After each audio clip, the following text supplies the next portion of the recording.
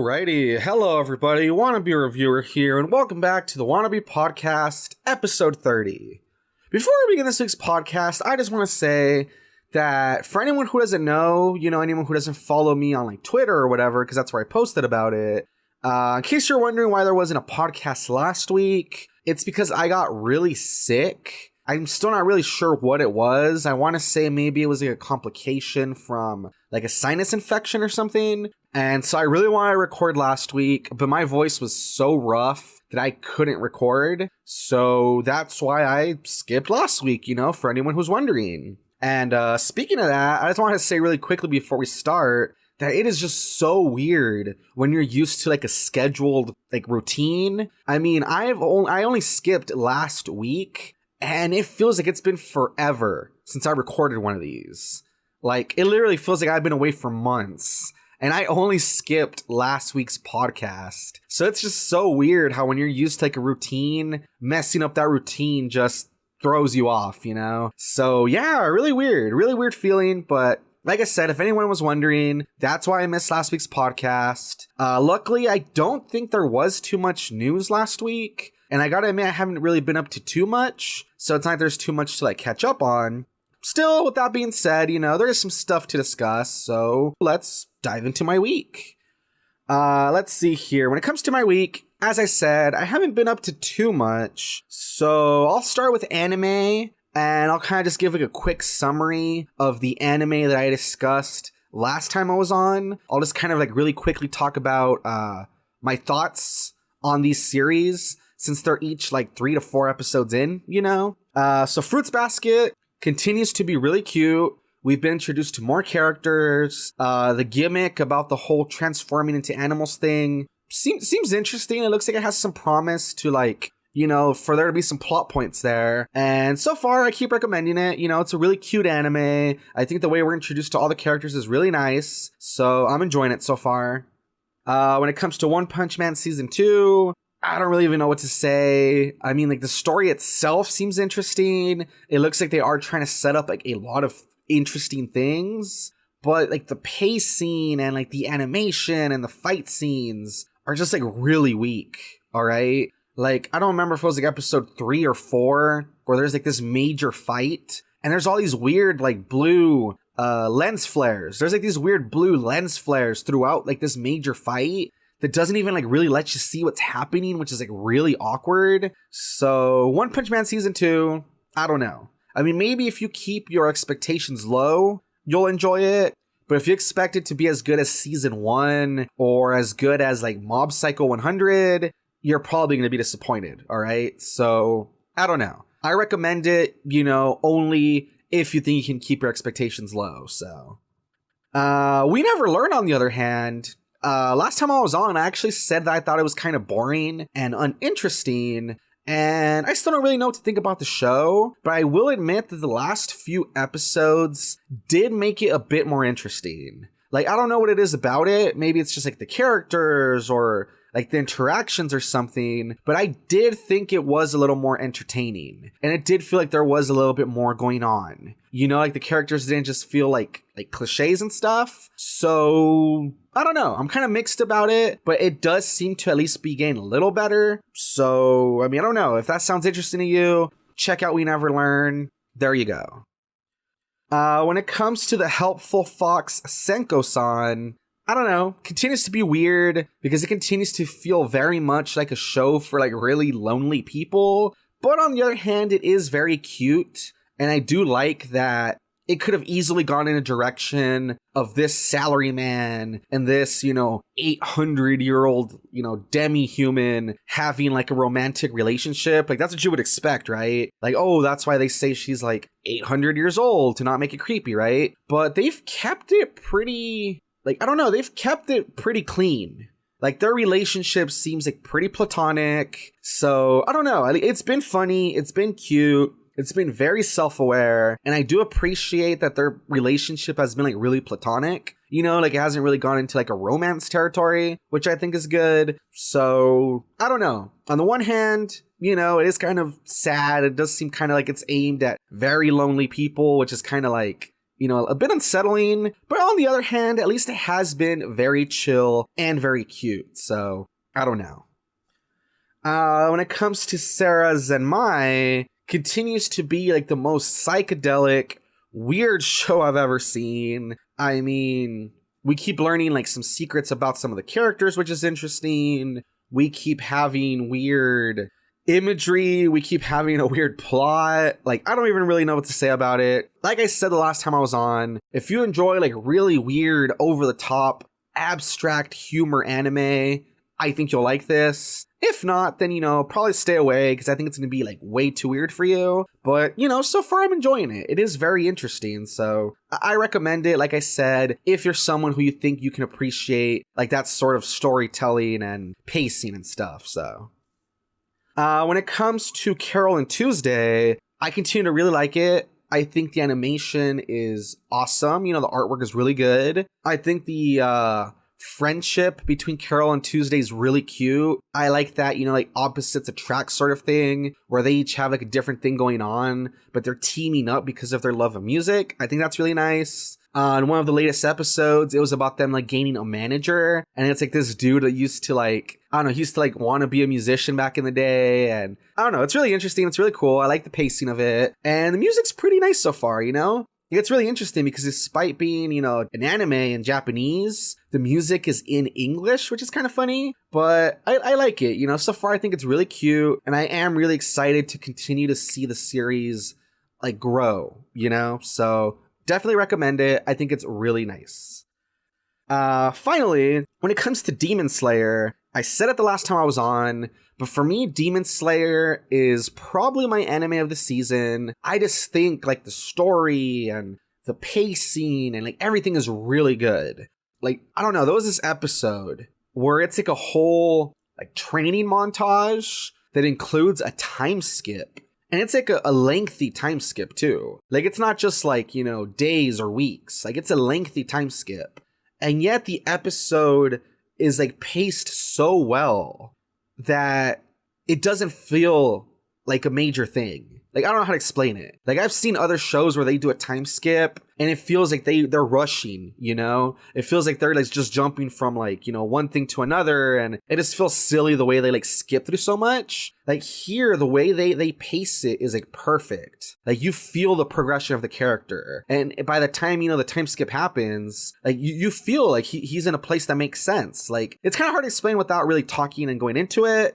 But trust me, I want to say it was like episode 3, I believe, or like 4. It was a great training montage, and the way they do like that time skip was like really awesome. And so yeah, Demon Slayer for me, anime of the season so far. I think it has potential to be really good, and so far I'm really enjoying it. Like, I recommend it. I think it is really good. And luckily, I mean, I know different countries have, different issues with accessibility, but it is on Crunchyroll. So, hopefully it is accessible to like a large number of people, but I definitely recommend it. I really love it. I think it has potential to be like one of those greats, so there you go. When it comes to another, it's weird because technically it counts as an anime series, I guess, because it is on my anime list. But basically, during this last week, I watched this, it feels weird calling it an anime series. Let's just call it a web series, I guess. I watched this like short little web series that is comprised of 5 episodes, each about like 5 minutes in length. And apparently it's really old, It's from like back in like, I think the last episode came like in 2008. But for whatever reason, I just stumbled upon it, really loved it. And I'm talking about a little series called There She Is. And I loved it. I think it's really cute. Basically, like I said, it's these short little episodes revolving around this little female rabbit named Doki and this male cat named Nabi. And basically, Doki is in love with Nabi, and, she wants to, like, be his girlfriend. And so, like, in the first episode, it's about, Doki noticing Nabi, and she's, like, in love with him. And you can tell he's trying to convince her, like, hey, like, I'm not interested in you. You should try to, hook up with, like, a rabbit because you're a rabbit. I'm a cat. But she's so interested in him, and she, like, kind of keeps following him around. So eventually, he kind of gives in. and like starts dating her, I guess. And throughout like the little series, it shows like their blossoming relationship, and it shows them dealing with the effects of their society, where like cross-species relationships are looked down upon. And so they're like, prosecuted and stuff. And it's just really well done because the characters don't talk and the episodes are really short, but they're just done in such a good way where like they mix with the music so well that yeah, you just get these like 5 little like music videos showing their relationship. And I loved it. I thought it was really good. I thought the animation was like really well done. I thought the music was really like catchy and stuff. I thought the characters were like really cute, like despite them not even talking and like you having to like get their whole personality from like their actions and stuff. I thought like they were like really well done characters, and I recommend it. I think it's a really good, really well done little web series, and it's on YouTube, so you can like definitely find it really easy. Just look up There She Is, and you can probably find the whole series. And yeah, like I said, it's weird because apparently it counts as an anime. Not really sure how, but it does, and I really loved it. So I would say check it out. It only takes like half an hour of your time, and I really think it's worth it. So check it out. Moving on, when it comes to movies, I watched Avengers Endgame, and I'm not going to talk about it too much because if you check out my YouTube channel, I just did a spoiler-free review of the movie, but I really enjoyed my time watching it. I thought it was like a really fun ride. It's one of those things where it's preaching to the choir. Because obviously, if you don't care for superhero movies or you aren't a fan of the MCU, then, there's no point in watching this. You're probably just going to be bored. It's a 3-hour movie. I wouldn't watch a 3-hour movie of something that I have no interest in. But if you are a fan of the MCU, like, I think you'll love this because it is just like the hypest thing ever. And it just has like so much fan service. But like fan service in a good way. I mean like fan service in the sense that it's giving fans the stuff that they've wanted forever. Like it's a bunch of nods and references and like Easter eggs, like that sort of thing. And, it's hard to talk about without spoiling, but I thought it was really well done. I think the way they close a lot of the characters' like arcs was really nice. And I think, when it comes down to it, I think the way it ends, like, not everyone's going to be happy with the way it ends, but I think it makes sense. And I think it was really well done. I think it's an ending that makes sense. And I think it's a really hype ending to this 22 film, saga or whatever. So, yeah, I mean, like I said, if you haven't watched it yet and you're an MCU fan, definitely recommend it. I think you'll love it. And yeah, I'm really excited to see what they do in the future because they said this is going to be the end of like, this saga they've been working towards. And so even though they have teased more movies, they said, it's going to be something different. Like, I guess there's going to be like a different villain, that sort of thing. And yeah, I'm definitely interested to see where they go in the future. So it isn't a perfect movie. It does have some weird, flaws and like the pacing, I thought was kind of weird. I did think it was a little bit long. I did think there was kind of like some plot holes and inconsistencies, that sort of thing. But I think it's fun enough that you can just kind of ignore all that and just go with it. And so I loved it. Definitely recommend it. If you haven't watched it yet, I say go watch it. Yeah.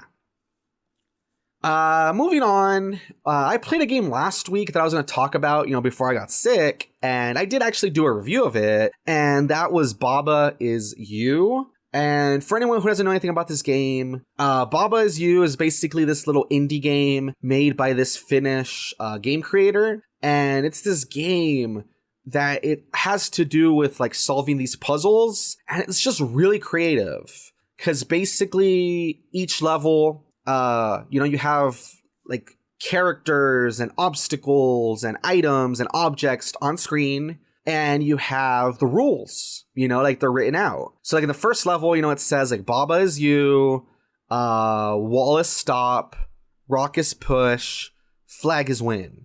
And so basically, you follow the rules because it says Baba is you. That means you play as Baba, which is like the little white rabbit. And because it says key is win, that means you have to touch the key to complete the level. And because it says like wall is stop, that means that the wall, you can't go through the wall. It blocks you. But since it does say rock is push, you can push the rocks. And so like to complete the first level, you play as Baba, you push the rocks out of the way, you touch the key, and you win. Sounds simple.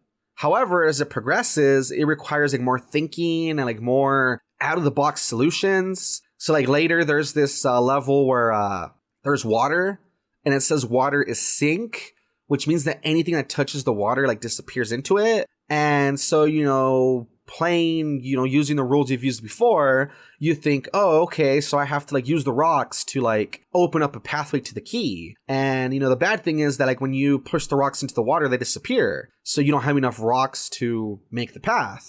However, if you think outside the box, you're also able to move the rules around because each of the rules is also like its own little like movable tile. So instead of trying to get the key, you can just push the rules around so that you put rock is win and you win by touching the rock, So it's just really weird. It's really out there. I mean, it's kind of hard to just explain without visuals, but it's just a really good game, very creative, and I definitely recommend it. I think it's just a really fun game. I think like it's such a simple premise, but it just goes so far, and it's really cheap too. I think it's like $15 on I believe right now it's still only on Steam and Switch. I played it on, the Nintendo Switch, but it's a really good game. It's a really good price, and I recommend it, I think the guy who made this game, excellent job, really outside the box. And so, yeah, I would say play it. If you love puzzle games and you enjoy indie titles that are like really creative,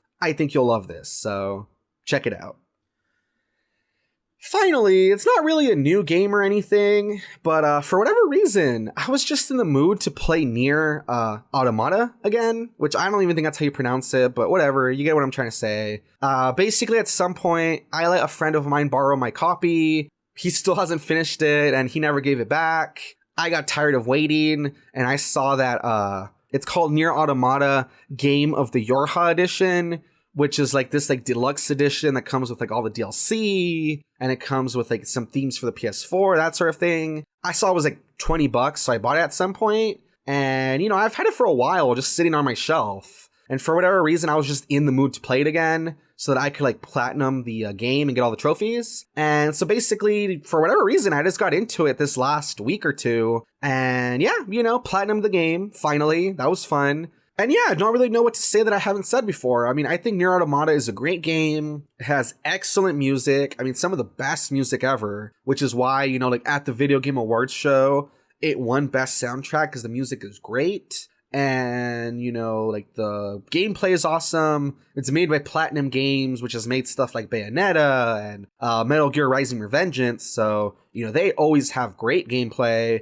And even the story, it's just really awesome. For anyone who doesn't know, you go in thinking it's going to be some weird, like, I don't even know. I mean, when you look at it, I don't even know what people's first impressions are. You're playing as this like big booty robot in some crazy dress with a sword, and you're backed up by like some boy looking robot in little boy shorts. So like, I don't know what people think when they first see it, but like, trust me, the story is actually like really deep. It has to do with like robots and like existentialism and knowing what you're fighting for in a proxy war, and I don't know, it's hard to explain, but yeah, I mean, I've been playing that for the last week or two. Like I said, just platinumed it, and same as when I played it when it first came out, what was it, like 2 years ago? Had a great time with it, would definitely recommend it. I think it's a great game, so there you go. If you can get your hands on one of those deluxe editions, like I said, I got it for $20. I don't know if that's still the same price, but I would recommend it. I think it is a great game. And yeah, with that being said, that's basically it for my week. I thought it was okay. It is what it is. With that being said, though, I think we should transfer over to the news. And the first news story I want to talk about is one that I'm actually pretty excited for. I've talked about it a bit in the past. It's a game I kickstarted.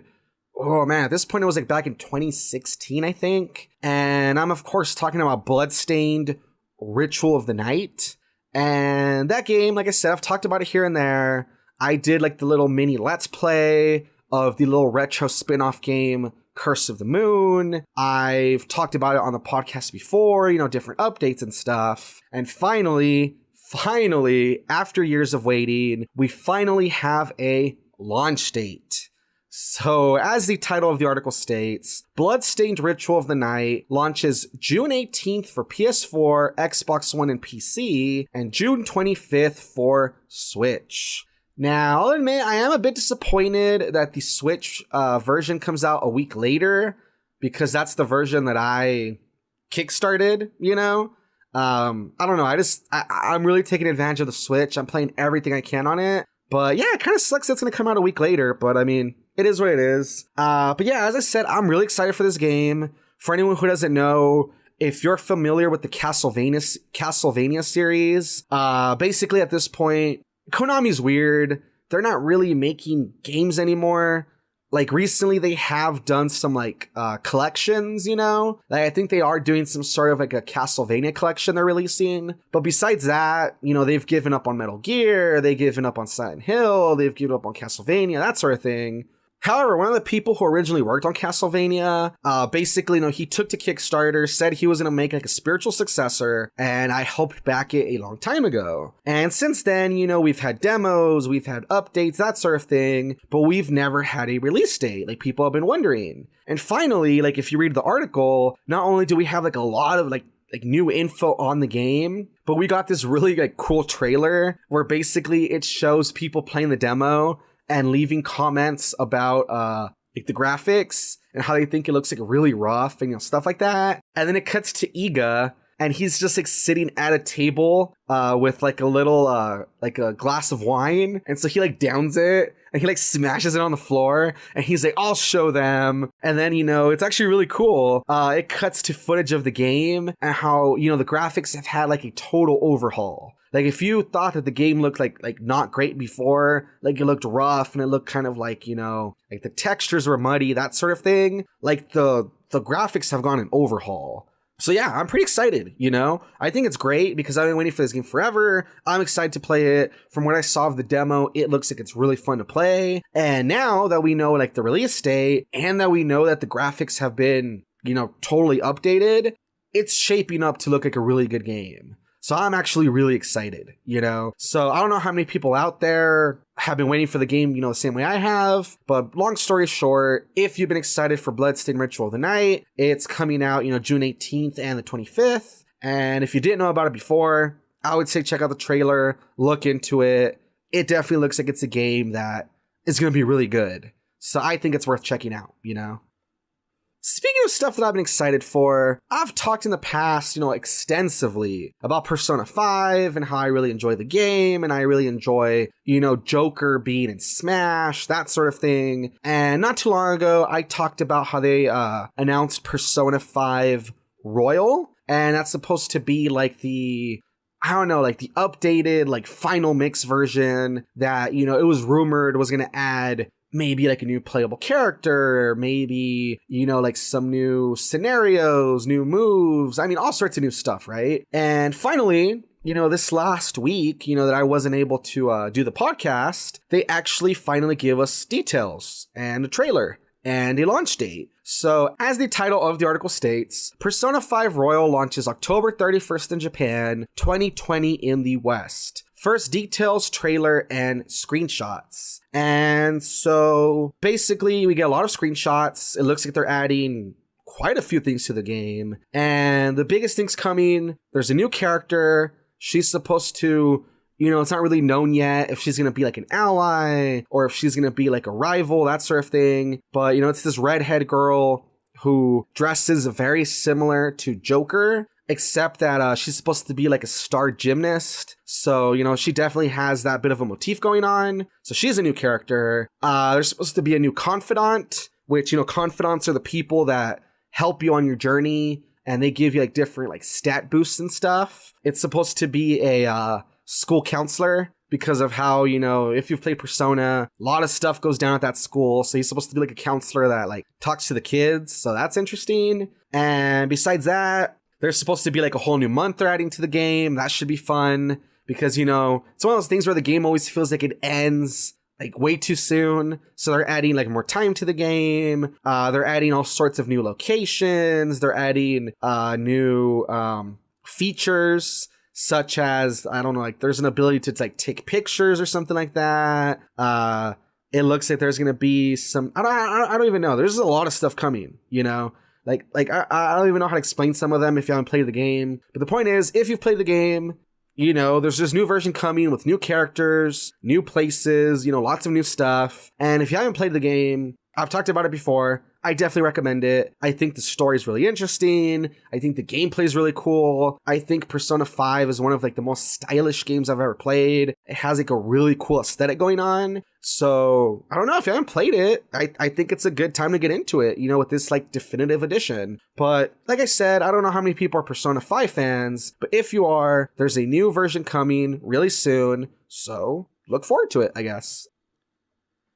Likewise, a lot of people had been looking forward to a Persona 5 Switch port, and fortunately, it looks like that is not going to happen because Persona 5S has been announced, or I guess revealed, to actually be Persona 5 Scramble, the Phantom Strikers, which is going to be a Muso game. It's like, that's kind of weird, but I don't know. I mean, for anyone who doesn't know, Muso games are the type of games, it's like Hyrule Warriors. It's the type of game where, you know, you're fighting like a large group of enemies, you're doing all these combos and moves, and you're trying to clear the map, right? And a lot of people are upset, which I get, because a lot of people wanted a Persona 5 Switch port. And it does suck that it's not what they wanted, but I don't know. I mean, maybe that's just me. Maybe I'm just a little spoiled because I have both systems,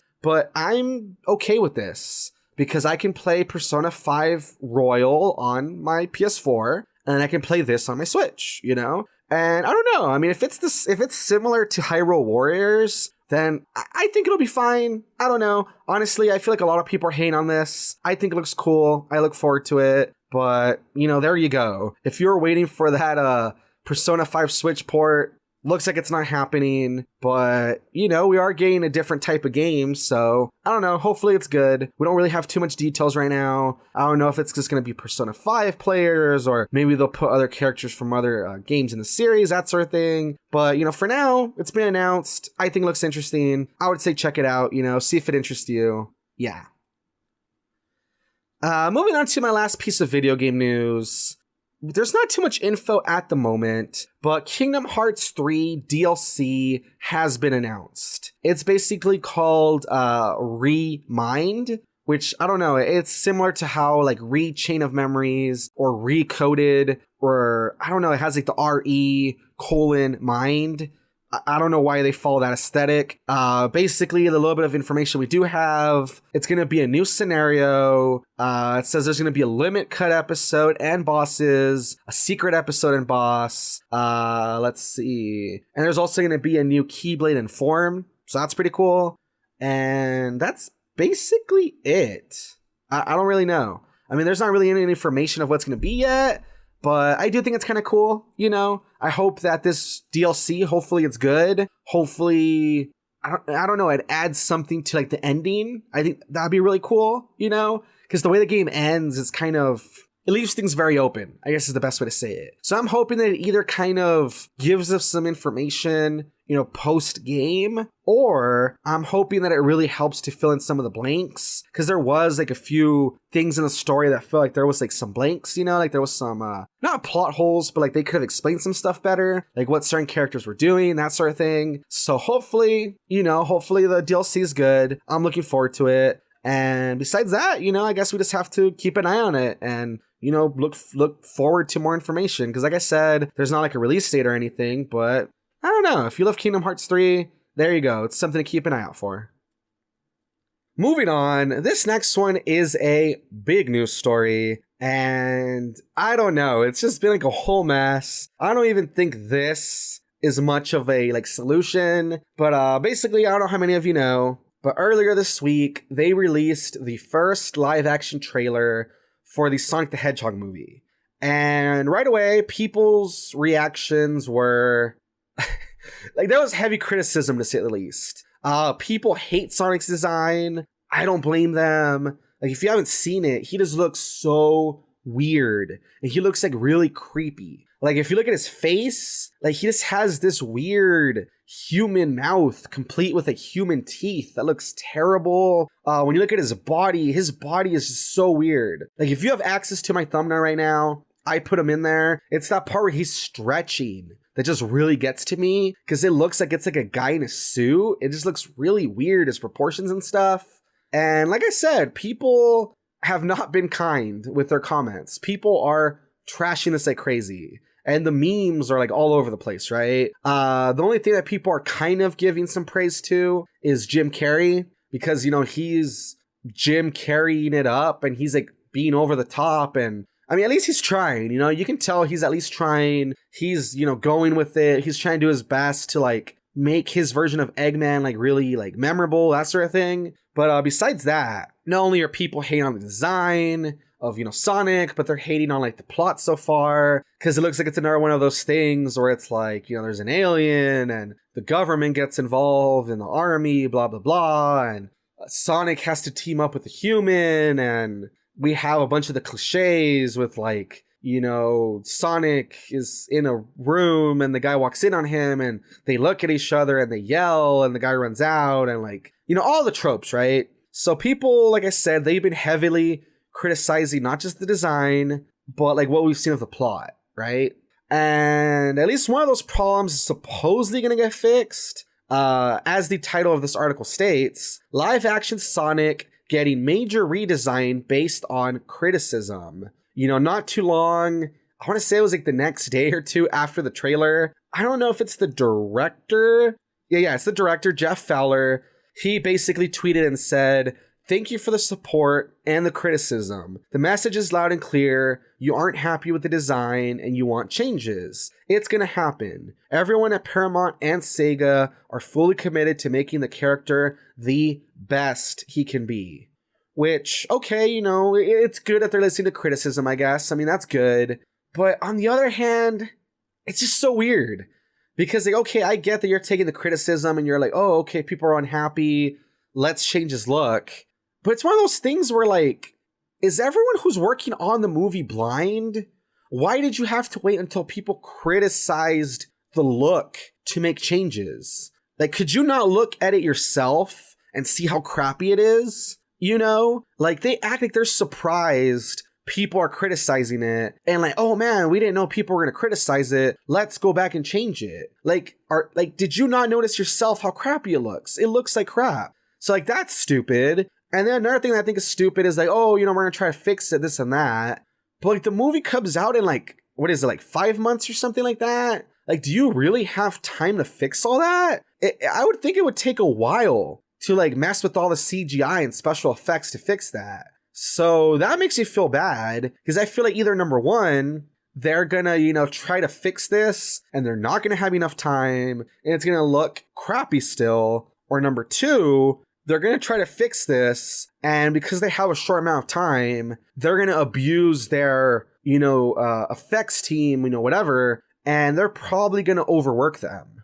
So I feel like either way, it's still a lose-lose situation, you know? Oh my god, it's just so bad. I don't even know what to say.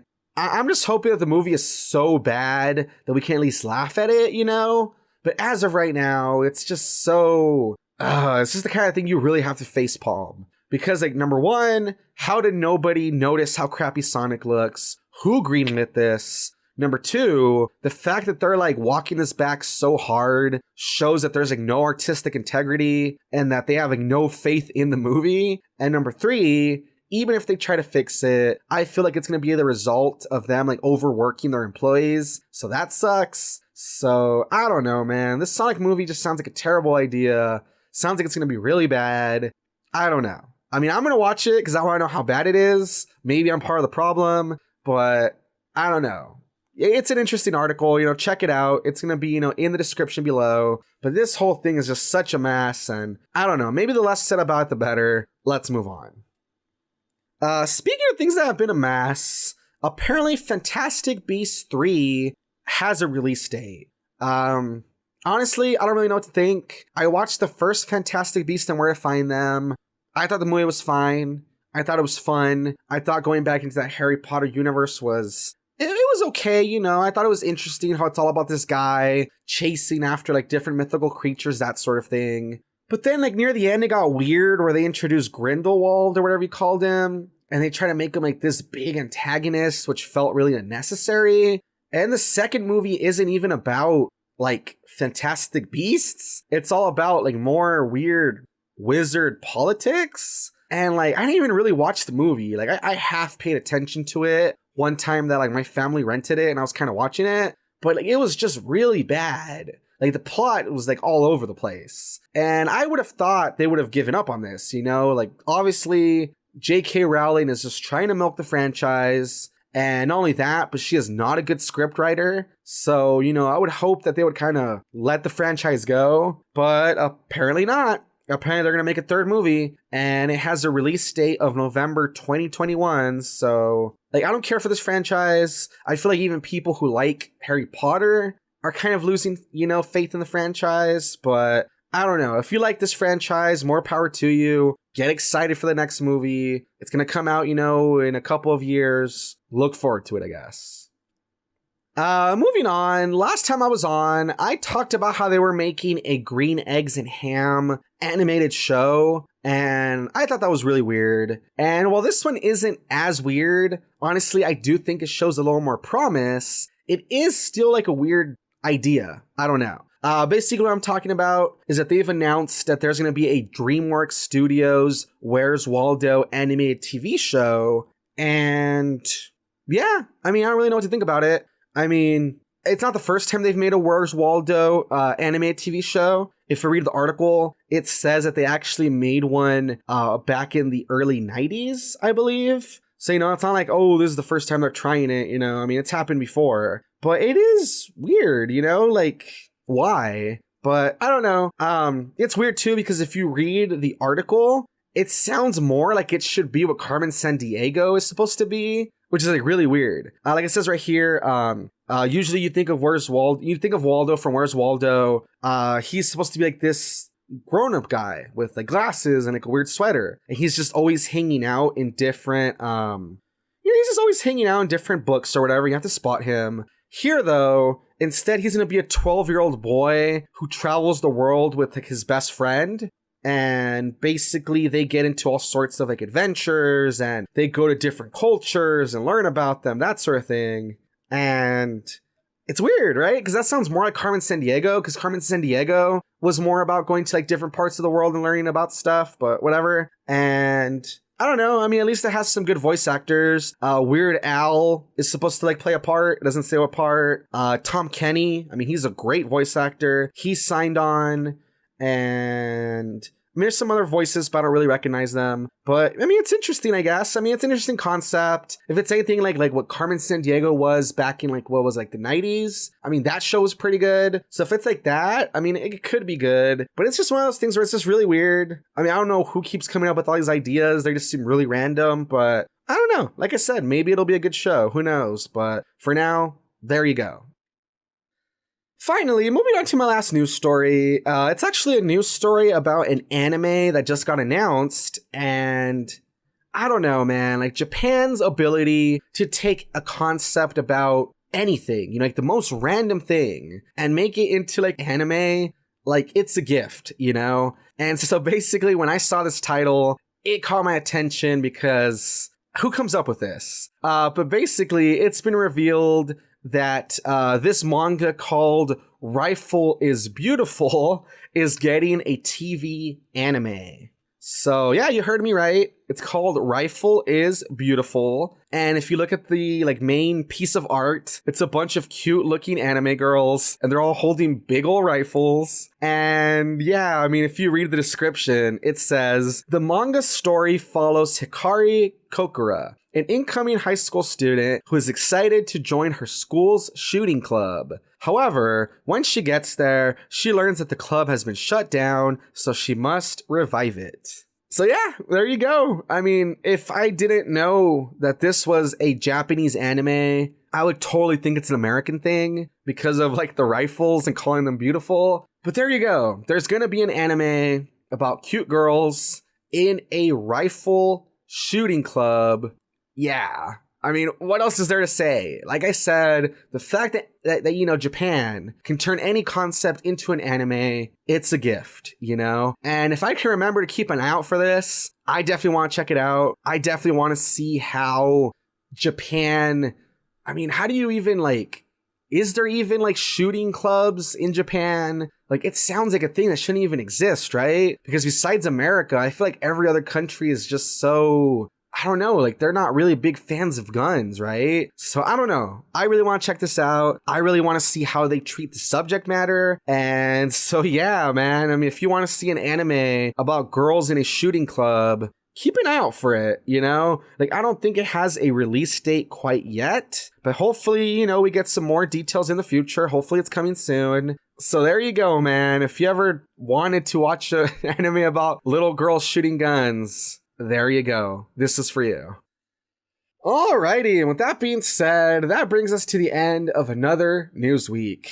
As usual, you know, hopefully that was something that was entertaining and interesting. Hopefully something new you learned about that you want to keep an eye out for, that sort of thing. I don't know, man. I feel like there was like a wide range of stories from entertaining, you know, news stories about an anime about girls with guns to Sonic just being this creepy abomination. Like, that's just a whole shit show right there. But, you know, as usual, hopefully you guys enjoy the news. Hopefully, you know, I gave you guys some insight into like what's happening in the media right now. And yeah, with that being said, I think it's time to transfer over to the last segment of the podcast, which is the content creator spotlight. And this week's content creator, it's a great little channel that I have actually worked with in the past. I mean, if you guys have ever, you know, checked out one of my reviews on my channel and you stick around for the end card, you might have seen like his little icon show up. But I am talking about Wakapow. And Wakapow, currently sitting at 430 subscribers. He's this great channel that, when it comes to my channel and how he's helped me, he's done a lot of editing for me. Like, basically, I mean, the kid is great. Like, I give him like my narration, I throw some clips at him, and he always finds a way to like make it work really well. Like, if it's like a movie trailer, for instance, he finds a way to really edit it in a way where it feels like what I'm talking about is on screen, you know? Like, he times everything really well. And besides that, he just has like some really good editing tricks. You know, he has like different like camera pans and like zooms. And when it comes to like putting pictures at the beginning of, you know, different reviews and stuff, like before I jump into the review, I mean, he's really good at finding relevant pictures and that sort of thing. And so personally, he's helped me a lot. I think he's like a really good editor. So I really appreciate his work there. And when it comes to his personal channel, it's basically like he does a variety of stuff. Like, he does sketches, rants, vlogs, that sort of thing. Like, you know, just looking through his videos like right now, like he has one where he just like takes a variety of pictures from people. Like, basically people sent him, I think it was like to his Instagram or something, or his email or something. People just sent him like a bunch of pictures and he basically memes them, which is like pretty funny. He has like his own like sense of humor where like he turns them kind of like into like a meme format. That's really fun. He has a lot of videos where he talks about stuff like subscribing to PewDiePie, anime, that sort of thing. He has like little vlogs where it's just him hanging out like in his neighborhood, talking about stuff. His latest video is really awesome. It's like this music video that's stop motion. And basically, you know, like it shows him getting out of bed and just hanging around like, you know, his city or whatever. And he gets into like this like fight against the guy. And it's just so well done because it's all stop motion.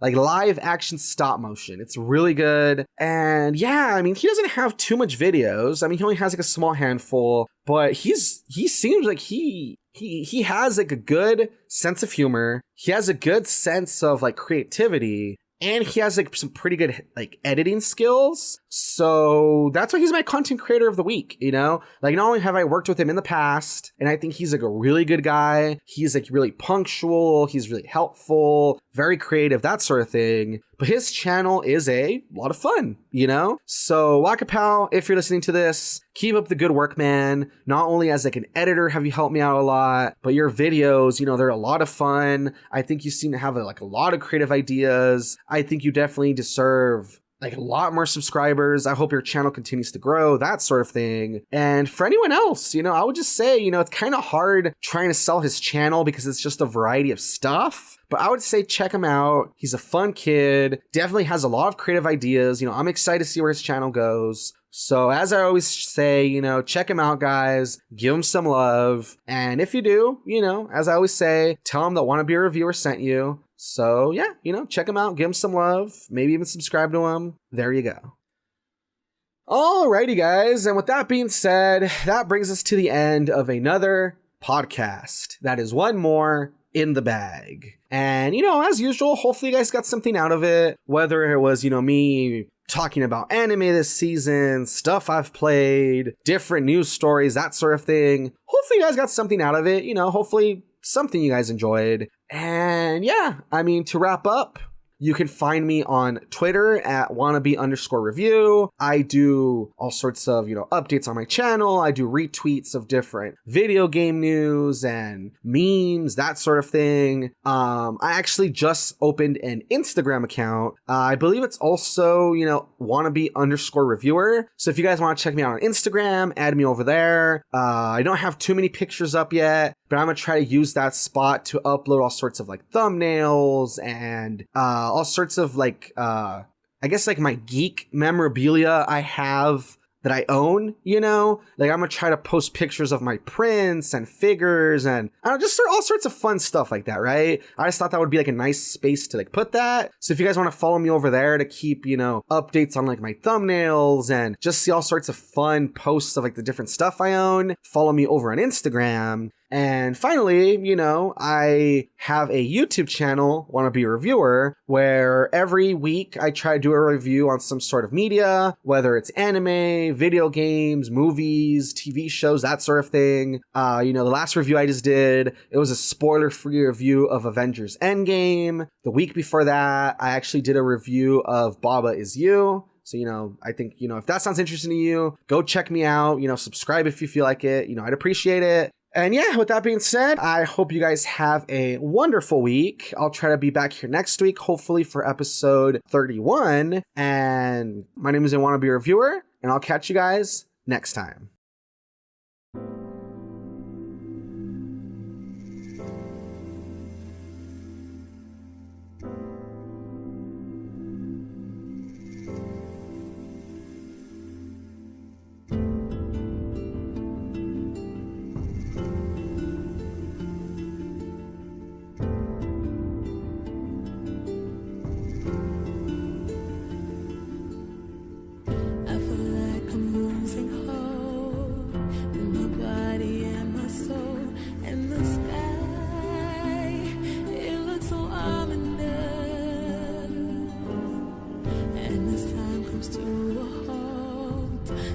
Starts to overflow. My cries are inconspicuous. Tell me, God, are you punishing me? Is this the price I'm paying for my past mistakes? This is my redemption song. I need you more than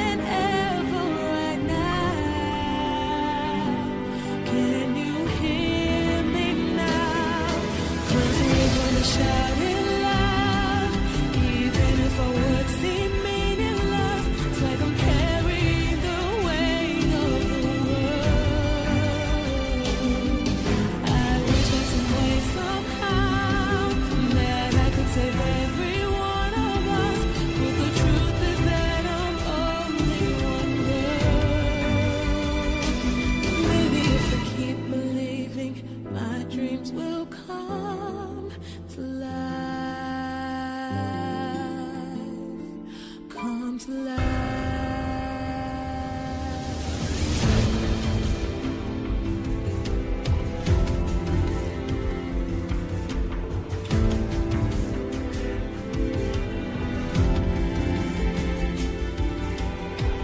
After all the laughter fades, signs of life are washed away.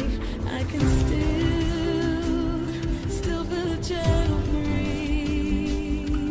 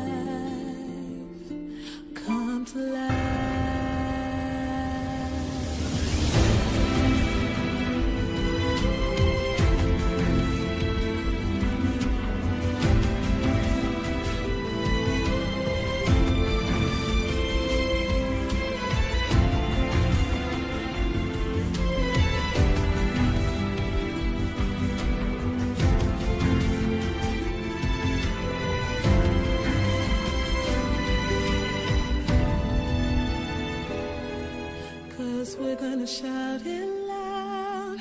Even if our words seem meaningless, like I'm carrying the weight of the world. I wish that some way, somehow, that I could save every one of us. But the truth is that I'm only one girl. Still, we're gonna shout it loud, even if our words seem meaningless. It's like I'm carrying the weight of the world. I hope that some way, somehow, that I could save every one of us. But the truth is that I'm only one girl. Maybe if I keep believing, my dreams will come